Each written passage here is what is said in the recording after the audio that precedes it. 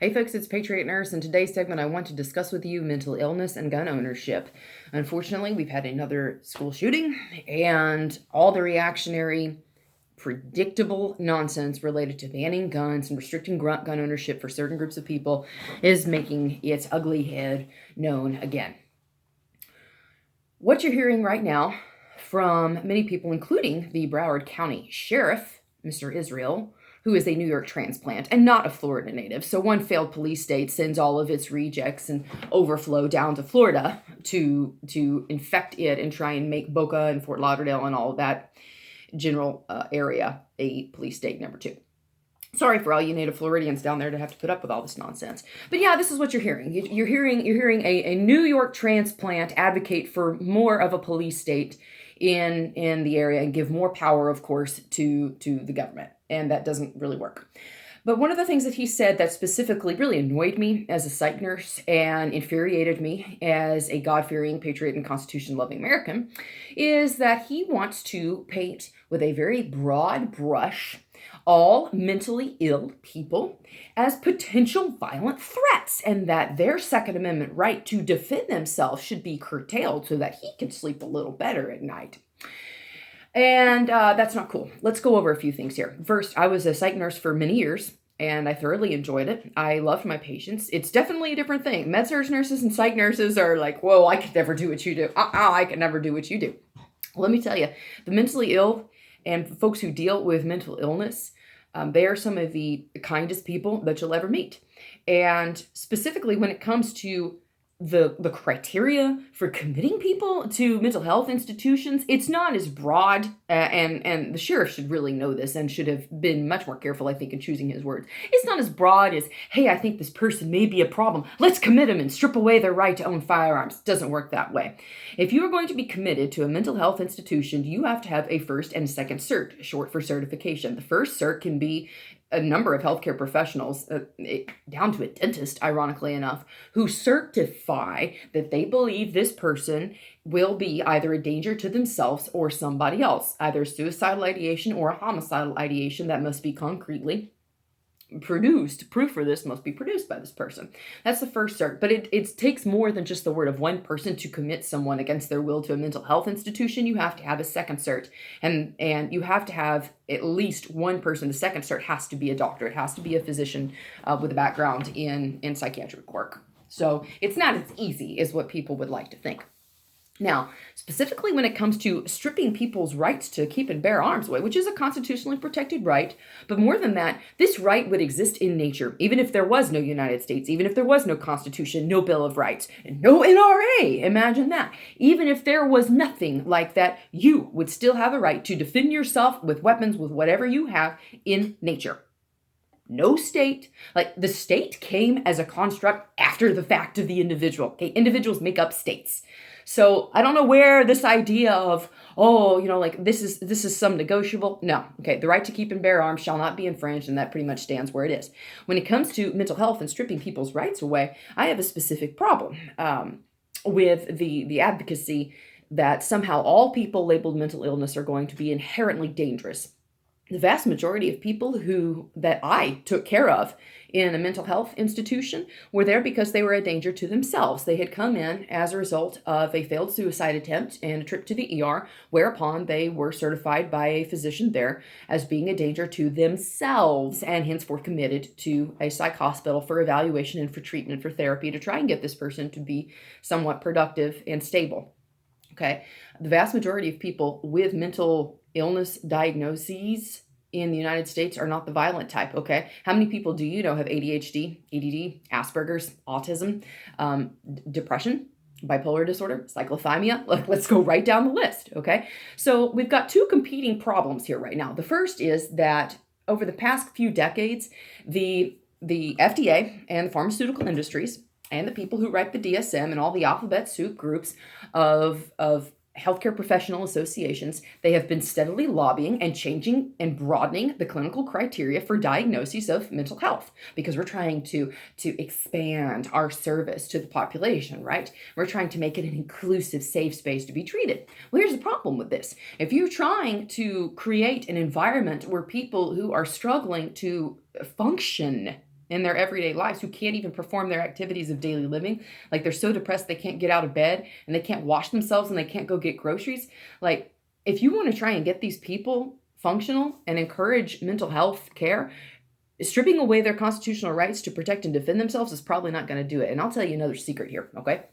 And I've not heard this being talked about, but I'll just put it right out there. Most of the people that I took care of who were hospitalized, who were labeled mentally ill, were there for thoughts to hurt themselves. And in almost every instance that I was aware of, that I worked with, these people had a history of sexual abuse, of rape, of sexual assault, of violent trauma in their lives, or neglect. And in the majority of cases that I found with women, there was a history of rape or sexual assault. So let me get this straight here. Sheriff of Broward County, Sheriff Israel, New York transplant, failed police state, colonist. You want to take people who have already, in many cases, been victims of violent crime and who can barely function in society and who are trying the best that they possibly can to be contributive, active members of society. You're going to take them and label them and strip away their rights to protect themselves and soften them up to be victims again. Where's the logic in that? That's right, there is none, because you haven't thought that far through. And there's a lot of people who are espousing all this stuff about taking away rights to own guns from people who are labeled with this wide variety of diagnoses. Like, it's half-baked, it's unjust, and it's immoral. Okay. The core issue that we are seeing here is that we have a society that for the past 60, 70 years has been set up to keep the least productive, most destructive members alive, fed, high, and breeding. And when you have people who go around and view government subsidies as essentially points in a Mario Brothers game to be collected and dispersed and for whatever, and who live essentially off of the labor of the productive people, you're going to have problems with this, okay? When you have fatherless families that are the standard in cultures, when violence is celebrated, I'm talking, and I'm not even talking righteous violence, I'm talking like wanton disregard for people violence, when that's celebrated in the culture and over-sexualized culture, like all of this stuff is going to have cumulative, broad affecting results. And we are reaping the benefits of that. A godless culture of people who want to treat other people like they're cattle. And it's just a matter of time before this stuff comes home to roost. And it is the nature of mankind. We have a great capacity for duality of both great beneficence and also great evil. And you're going to see this stuff happen. It would exist whether or not we had firearms. Evil would exist if the only weapon that we had was a fingernail. It sure existed when the only weapons we had were rocks. So it's not going to change, okay? The only thing that can change is for good people to be armed, capable, and effective. And a school zone is like a turkey shoot. You know that everybody's disarmed, that there's not going to be any pushback. So if you were a violent criminal, where would you pick? Of course, you're going to pick a place where the victims are ripe for the picking. And unfortunately, that is probably what happened. The individual right now who is charged and is innocent until proven guilty, the individual that is charged, from what they're saying, has a history of credible threats of violence and all of this stuff. So, we'll see. But again, when you have a society that is bent on taxing and penalizing the most productive people by stealing their labor to the tune of between 20 to 30% and redistributing it to people who really want nothing more than to be violent, high, and breeding, then that's what you're going to get. And it's not going to get any better. And unfortunately, this is not a popular truth, and people don't want to own that there are consequences for stealing the hard-earned money from law-abiding people who just want to have something to retire on, to raise their families in peace, and pass that on to the next generation. When you steal their wealth and you make it an inhospitable environment for them to thrive, and you support, and as a government and as a policy implementation, you take their wealth and you reappropriate it, distribute it to people who have not earned, do not care to earn, and have no desire to be productive, then you're going to have societal problems, especially in the case of glorifying violence and also over sexualization. It's going to happen.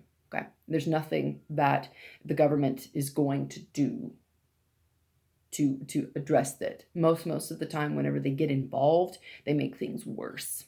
Okay. So I'm prepared for the next few days and probably weeks onslaughts of all the libtards saying that we should ban this and we should ban this. How about we ban your mouth? Like, stop talking. Okay, nobody cares. Nobody cares. Nobody cares about your ideas to shred the Constitution. It's so passe. It's so passe and so predictable. Okay.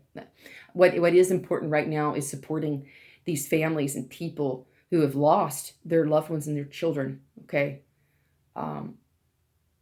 Because of the actions of a wicked and heinous individual. And it's just very sad. It's sad. Hope it was helpful for y'all. For now, it's Patriot Nurse sign off. I'll see y'all later.